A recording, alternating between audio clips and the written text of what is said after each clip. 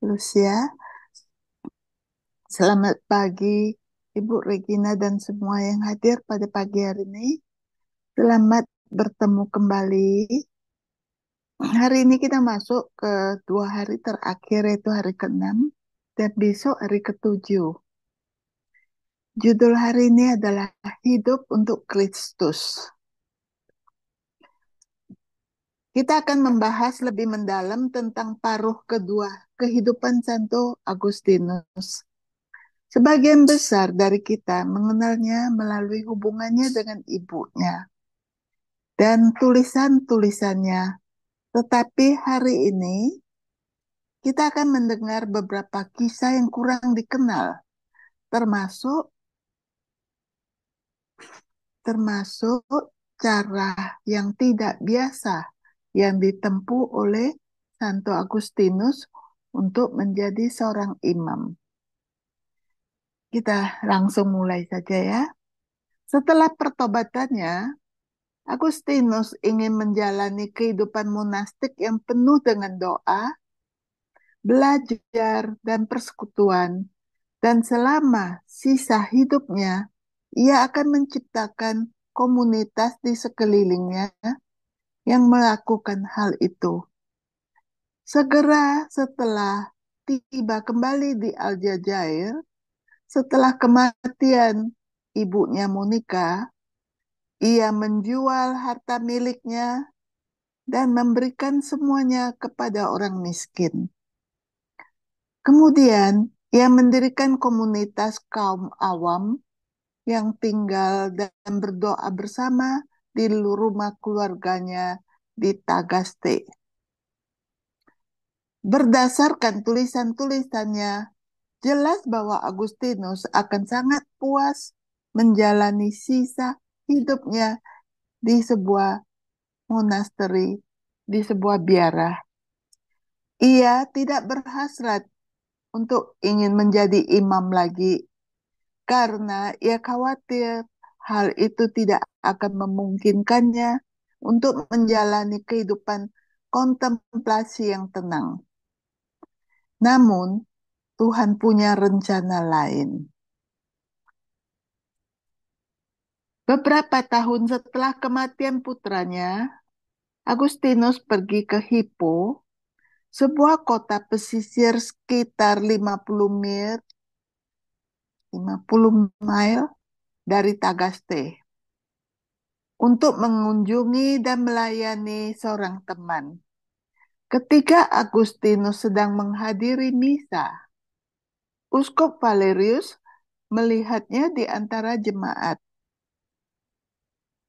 Dalam hobilinya, Uskup Valerius menggambarkan kebutuhan mendesak umat Kristen untuk berdiri teguh di dalam iman, karena mereka adalah kaum minoritas di wilayah itu pada saat itu. Dan kemudian tanpa peringatan, Uskup Valerius berkata, jemaat ini membutuhkan lebih banyak imam. Dan saya percaya bahwa pemanggilan Agustinus ke altar akan menjadi kehormatan bagi Tuhan. Bayangkan, menjadi Agustinus terdiam sejenak, hanya mendengarkan khotbah, berdoa dengan tenang, mengurus urusannya sendiri, dan tiba-tiba namanya dipanggil. Dan dia dipanggil untuk menjadi apa yang dia ingin coba hindari.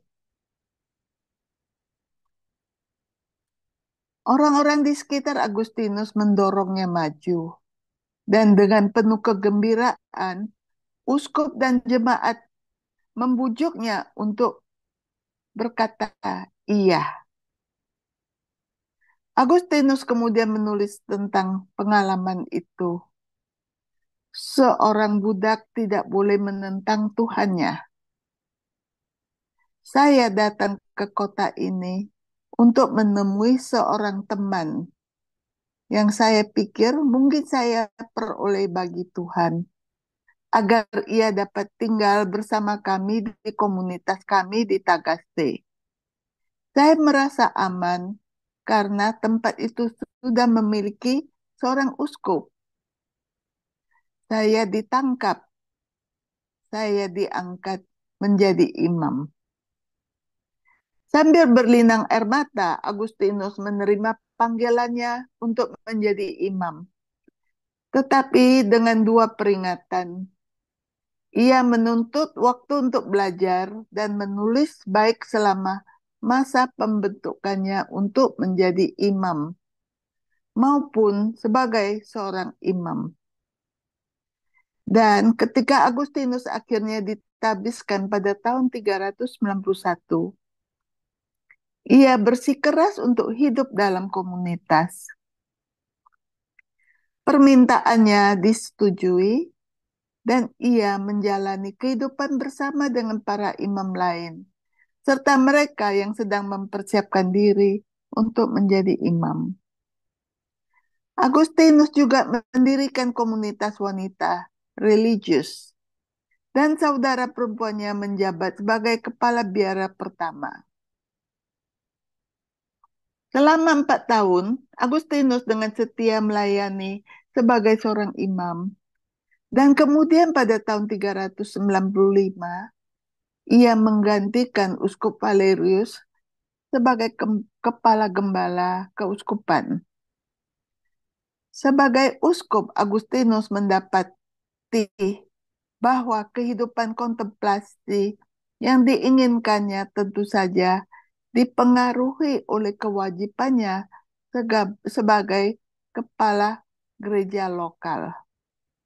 Namun selain tugas pastoralnya di Hippo dan perjalanannya ke dewan-dewan gereja di seluruh wilayah, Agustinus selalu mendedikasikan waktunya untuk menulis. Kita akan membahas tulisan-tulisannya yang produktif dan khotbah-khotbahnya besok. Tetapi untuk saat ini kita akan memasuki waktu refleksi dan doa bagi kita semua. Kemanapun ia dipanggil, Agustinus mencari dan membangun komunitas. Ia menyadari pentingnya hubungan dalam perjalanan imannya sendiri, terutama selama waktu menjelang pembaptisannya. Luangkan waktu sejenak untuk merenungkan komunitas dalam hidup Anda. Jika Anda membutuhkan komunitas, bawalah harapan dan kesulitan Anda kepada Tuhan. Jika Anda diberkati dengan komunitas yang bersemangat, luangkan waktu untuk bersyukur dan tanyakan kepada Tuhan, bagaimana Anda dapat menyambut dan mengundang orang lain. Santo Agustinus tidak pernah dapat membayangkan rencana Tuhan untuknya. Dan mungkin Anda dapat memahami hal ini. Bagaimana Tuhan mengejutkan Anda dengan rencananya untuk hidup Anda. Dan dengan cara apa Anda masih mencari kehendaknya. Sekarang pada saat ini, mari kita luangkan waktu sejenak untuk sama-sama mengheningkan bersama Tuhan.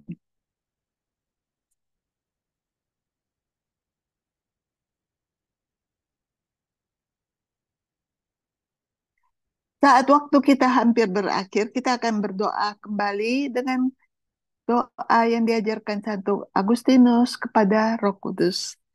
Mari kita berdoa bersama dalam nama Bapa dan Putra dan Roh Kudus. Amin. Bernapaslah dalam diriku, ya Roh Kudus, agar semua pikiranku menjadi suci. Bertindaklah dalam diriku, ya Roh Kudus, agar pekerjaanku juga menjadi suci. Tariklah hatiku, ya Roh Kudus, agar aku hanya mencintai apa yang suci. Kuatkan aku ya Roh Kudus untuk membela semua yang suci.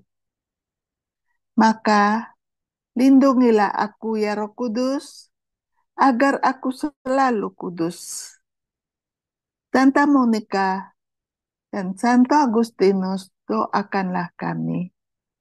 Dalam nama Bapa dan Putra dan Roh Kudus. Amin. Terima kasih. Kita telah berjumpa, selesai sesi ke-6. Besok kita masuk sesi yang terakhir. Merenungkan warisan Santo Agustinus dan bagaimana hidupnya mengubah dunia. Tuhan memberkati kita semua. Terima kasih.